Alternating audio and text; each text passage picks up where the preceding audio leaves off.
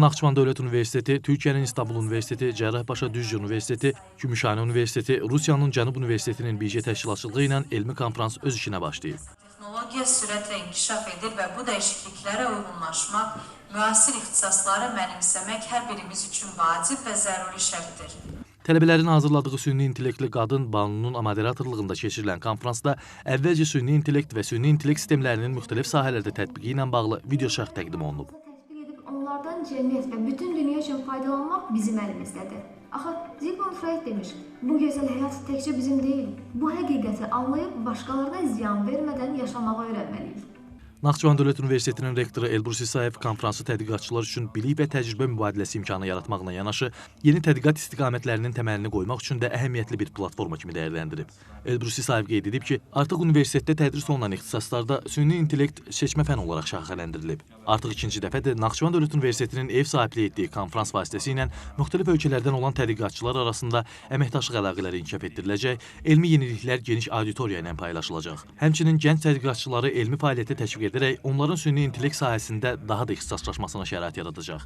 Naxçıvan Muxtar Respublikası Rəqəmsal İnkişaf və Nəqliyyat Nazirinin müavini, nazir səlahiyyətlərini icra edən Azər Məmməd Rəhimov bildirib ki, Naxçıvan Dövlət Universiteti süni intellekt sahəsində məqsədyönlü fəaliyyətlər həyata keçirir. Universitet nazirliklə sıx əməkdaşlıq edir, tələbələrinə yeni təcrübələr qazandırır. Sərgi və konferans da öz növbəsində süni intellektin yeni idarə etmə, yeni baxış modelini zəngin proqramla ictimailəşdirir və maariflənmədə xüsusi rol oynayır. Elm və Təhsil Nazirliyinin İdarəetmə Sistemləri İnstitutunun baş direktoru Professor Əli Abbasov müasir dövrdə insan həyatı fəaliyyətinin bütün sahələrinə sürətlə nüfuz edən süni intellekt texnologiyalarının inkişafından bəhs edib, Azərbaycan Respublikasının 2025-2028-ci illər üçün süni intellekt strategiyasından irəli gələn vəzifələrdən söz açıb. Professor konferansı yüksək dəyərləndirib, süni intellekt texnologiyalarının daha da inkişaf etdirilməsinə, innovasiyaların tətbiqinə və elmi ictimaiyyətin gücləndirilməsinə mühüm töhfə verəcəyini bildirib. Konferansda Türkiyənin İstanbul Universiteti, Cərrahpaşanın rektoru Professor Nuri Aydın, Rusiyanın Cənub Universitetinin rektoru Professor İmran Əkbərov, Gümüşhane Universitetinin rektoru Professor Oktay Yıldız məruzə ilə çıxış edib, universitetin intellektual yöndə təşəbbüskar layihələrə ev sahibliyi etməsini yüksək dəyərləndirib, konferansda iştirakdan məmnunluq ifadə ediblər. Çıxışlardan sonra konferansın təşkilində əməyi olanlara təşəkkürnamələr təqdim edilib. Həmçinin göstərdiyi dəstəyə görə tərəfdaşlara zəfər nişanı qarşılıqlı hədiyyələr verilib.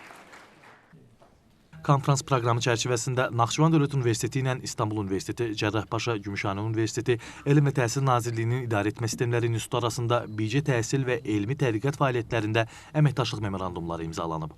Yapay zeka yani süni intellekt artık çağımızın yeni bir oluşumu aslında ve çok hızlı ilerliyor. Gün geçtikçe ilerliyor.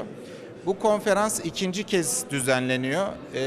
Birincisi geçtiğimiz yıl yapılmış, şimdi ikincisi gerçekleştiriliyor. Ve tüm yönleriyle, etik açıdan, hukuki açıdan ve bilimsel açıdan tüm yönleriyle Naxçıvan Devlet Üniversitemizin ev sahipliğinde gerçekleştiriliyor. Biz de İstanbul Üniversitesi Cerrahpaşa olarak bu konferans içerisinde bir paydaş olmaktan büyük bir memnuniyet duyduğumu ifade etmek istiyorum.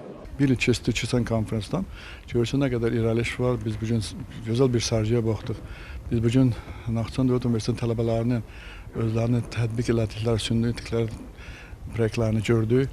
Bu da deməkdir ki, universitetdə nəinki elmlə məşğul, nəinki tədrislə, həm də bu elmi tədris kompetensiyalarını konkret təcrübə reallığına oraya gətiriblər. Mən elə gör ki, belə adımlarla getsə inşallah Naxçıvan Dövlət Universiteti bir zaman bu Naxçıvan Respublikasında yaradılacaq mənim fikrimcə bir yüksək texnologiya vadisinin bir başlanğıc olacaq. Elm və Təhsil Nazirliyinin İdarəetmə Sistemləri İnstitutu və Naxçıvan Dövlət Universiteti ilə əməkdaşlıq haqqında müqavilə imzaladıq və belə qərara gəldi ki, müqavilənin əsas istiqamətini alimlərlə gənclərin süni intellekt sahəsində xüsusən yetişdirilməsində rolunu vurğulayaraq xüsusi bir proqram hazırlayacaq.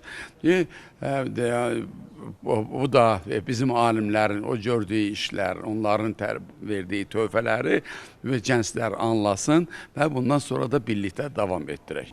Bu konferans və konferansdan əvvəl Naxçıvan Dövlət Universitetinin tələbələrinin sərgilədiyi innovativ yeniliklər, startaplar həqiqətən də Naxçıvan Dövlət Universitetində süni intellektin inkişaf etdiyini, tədris olunduğunu və laboratoriyada yeni startapların yaranmasının bariz nümunəsi idi.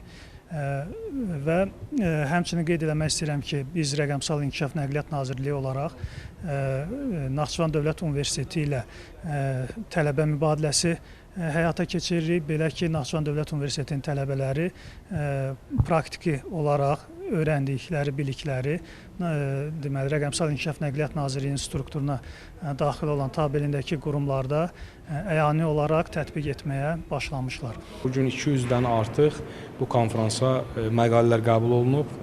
Bu məqalələr Təşkilat Komitəsi tərəfindən qiymətləndirilib, uyğun məqalələr qəbul olunub və inanırıq ki, cəmiyyətimiz, təhsilimiz üçün önəmli olan bir sahənin bu konferans vasitəsilə biz daha mühüm inkişafına nail ola biləcək. Hesab edirəm, uğurlu bir təqdimat oldu və biz işimiz Milli İnkişaf Strateji Plana uyğun olaraq da süni intellektlə bağlı cəmiyyətin maarifləndirilməsidir. Məncə burada ali təhsil müəssisəsinin üzərinə böyük iş düşür və burada bugün bizim bütün bakalavr, magistr, doktorantlar dünya müxtəlif ölkələrindən, ölkəmizin bütün ali təhsil elmi tədqiqat institutlarından dəvətimizi qəbul edib gəlmiş məruzəçilərin çox maraqlı çıxışları və materialların nəşri, elə bilirəm ki, universitetdə süni intellekt ekosisteminin yaradılmasına və inkişafına mühüm töhfələr verəcək. Konfrans öz işini bölmə iclasları ilə davam etdirib. Kifayət Mahmudova, Atabey Səyyad, Rahib Bağırov, NTV Xəbər.